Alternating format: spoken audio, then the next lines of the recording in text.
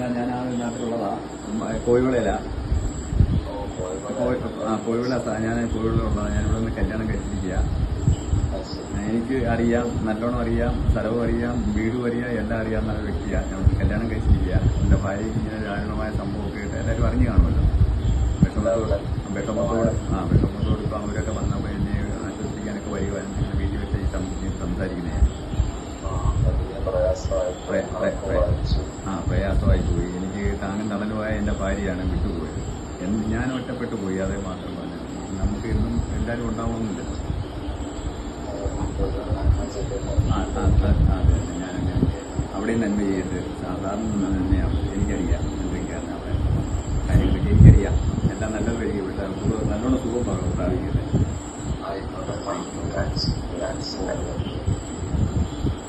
അങ്ങനെ പിന്നെ വേറെ ഗവൺമെന്റ് ഒക്കെ ആയിട്ട് ബന്ധപ്പെട്ട അതൊക്കെ ആയാലും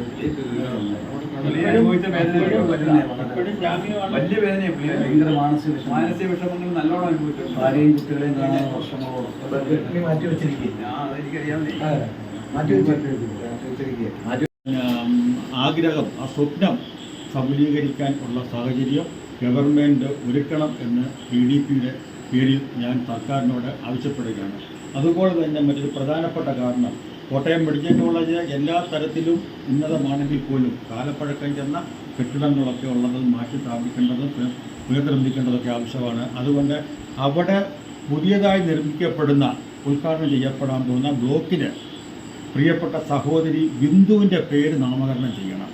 ഈ ലോക അവസാനം വരെ മെഡിക്കൽ കോളേജ് ഉള്ള കാലത്തോളം ഈ ഒരു സഹോദരിയുടെ പേര് അങ്ങ് നിലനിൽക്കണം. അതുകൊണ്ട് ആ സഹോദരിയുടെ പേര് പുതിയതായി നിർമ്മിക്കപ്പെടുന്ന ഉദ്ഘാടനം ചെയ്യപ്പെടുന്ന ആ ബ്ലോക്കിന് ബിന്ദു മെമ്മോറിയൽ ഹോസ്പിറ്റൽ എന്നാക്കി മാറ്റണമെന്ന് PDPക്ക് വേണ്ടി ആവശ്യപ്പെടുന്നു.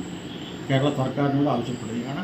അതോടൊപ്പം തന്നെ ഈ സഹോദരൻ്റെയും അവരുടെ ബന്ധുമിത്രാദികളും ഒക്കെ ദുഃഖത്തിൽ പങ്കുചേർന്നുകൊണ്ട് നമ്മുടെ പ്രിയപ്പെട്ട നേതാവ് അബ്ദുൽ നാസർ മദനി, അദ്ദേഹം വളരെയധികം ശാരീരികമായ ആരോഗ്യ പ്രശ്നത്തിൽ കഴിയുന്ന അവസ്ഥയാണ്. അത് ലോകത്ത് എല്ലാവർക്കും അറിയാവുന്ന കാര്യമാണ്. എങ്കിലും ആ രോഗാവസ്ഥയിലും ഈ കാര്യം പറഞ്ഞ് ഞങ്ങളെ ഇവിടെ എത്തിക്കുകയും ഇപ്പോൾ ഫോണിലൂടെ അദ്ദേഹത്തോട് സംസാരിച്ച് ഒരു ആശ്വാസം പറയുകയും നമ്മുടെ പ്രിയപ്പെട്ട നേതാവ് അബ്ദുൽ നാസർ മദനി അദ്ദേഹം സംസാരിച്ച് ഒരു ആശ്വാസം പറയുകയും ചെയ്ത സാഹചര്യം ഉണ്ടായിട്ടുണ്ട്. അത് എല്ലാ ജനങ്ങളും ആ നമ്മുടെ സഹോദരിയുടെ ആത്മാവിന് നിത്യശാന്തി നൽകുന്നതിന് വേണ്ടി പ്രാർത്ഥിക്കണമെന്ന് പറയുന്നു.